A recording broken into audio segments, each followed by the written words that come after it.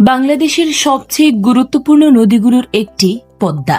এই নদী যেমন জীবন দেয়, তেমনি কেড়ে নেয় ফসল, ভাঙে ঘরবাড়ি, বদলে দেয় অর্থনীতি। কিন্তু এখন পদ্মাকে ঘিরে শুরু হয়েছে এক নতুন পরিকল্পনা, একটি বিশাল ব্যারেজ, যেখান থেকে জাতীয় গ্রিডে যুক্ত হতে পারে 113 মেগাওয়াট জলবিদ্যুৎ। শুধু বিদ্যুৎ নয়, এই প্রকল্প বদলে দিতে পারে দেশের দক্ষিণ পশ্চিমাঞ্চলের কৃষি, নদী ও অর্থনীতিকে। কিন্তু প্রশ্ন হলো, কি এই পদ্মা ব্যারেজ প্রকল্প? কেন এটি এত গুরুত্বপূর্ণ? আর এটি কি সত্যিই বদলে দিতে পারবে বাংলাদেশের ভবিষ্যৎ? দীর্ঘদিন ধরেই বাংলাদেশের দক্ষিণ পশ্চিমাঞ্চল শুষ্ক মৌসুমে পানির সংকটে ভুগছে। বিশেষ করে ভারতের ফারাক্কা ব্যারেজ চালুর পর পদ্মা ও এর আশেপাশের নদীগুলোর পানি প্রবাহ কমে যায়। ফলে নদী শুকিয়ে যেতে শুরু করে, লবণাক্ততা বাড়ে, কৃষি ক্ষতিগ্রস্ত হয়, মাছের উৎপাদন কমে যায়, সুন্দরবনের পরিবেশও ঝুঁকিতে পড়ে। এই সমস্যার সমাধানে বহু বছর ধরেই আলোচনা হচ্ছিল একটি বড় ব্যারেজ নির্মাণের। অবশেষে সেই পরিকল্পনাই এখন বাস্তবের পথে।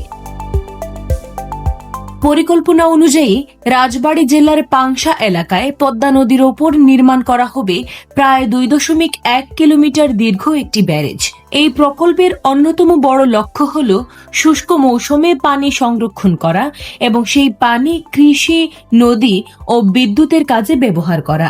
সবচেয়ে আলোচিত বিষয় হল, এই ব্যারেজ থেকে উৎপাদিত হবে প্রায় 113 মেগাওয়াট জলবিদ্যুৎ, যা সরাসরি যুক্ত হবে জাতীয় গ্রিডে। বিশেষজ্ঞরা বলছেন, এটি শুধু বিদ্যুৎ প্রকল্প নয়, এটি একটি বহুমাত্রিক পানি ব্যবস্থাপনা পরিকল্পনা। সরকারের তথ্য অনুযায়ী এই প্রকল্পের মাধ্যমে প্রায় 28 লাখ হেক্টরের বেশি কৃষি জমিতে সেচ সুবিধা বাড়তে পারে। পুনরুজ্জীবিত হতে পারে গড়াই, মধুমতি, ইছামতি, বারাল সহ কয়েকটি গুরুত্বপূর্ণ নদী। এছাড়া নদীপথ, নৌ পরিবহন, মৎস্য উৎপাদন এবং পরিবেশ পুনরুদ্ধারেও বড় ভূমিকা রাখতে পারে এই প্রকল্প।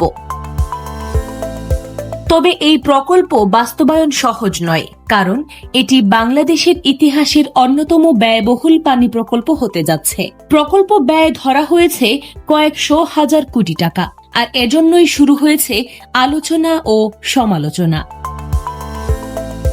অনেকে বলছেন, এত বড় প্রকল্প বাস্তবায়নে প্রয়োজন হবে দীর্ঘমেয়াদী রাজনৈতিক স্থিতিশীলতা, দক্ষ ব্যবস্থাপনা এবং দুর্নীতি নিয়ন্ত্রণ। কারণ অতীতে বড় অবকাঠামো প্রকল্পগুলো নিয়েও নানা বিতর্ক হয়েছে।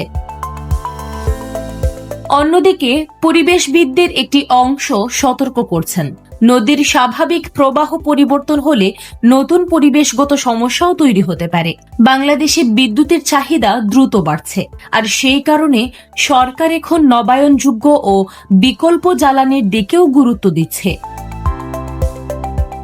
জলবিদ্যুৎ তুলনামূলক পরিচ্ছন্ন জ্বালানি। যদিও 113 মেগাওয়াট বাংলাদেশের মোট বিদ্যুৎ উৎপাদনের তুলনায় খুব বড় সংখ্যা নয়, তবুও এর প্রতীকী গুরুত্ব অনেক বড়। কারণ এটি দেখাচ্ছে বাংলাদেশ এখন শুধু বিদ্যুৎ উৎপাদন নয়, পানি, কৃষি, পরিবেশ ও অর্থনীতিকে একসঙ্গে বিবেচনা করে ভবিষ্যৎ পরিকল্পনা করছে। পদ্মা শুধু একটি নদী নয়, এটি বাংলাদেশের ইতিহাস, অর্থনীতি এবং জীবনের অংশ।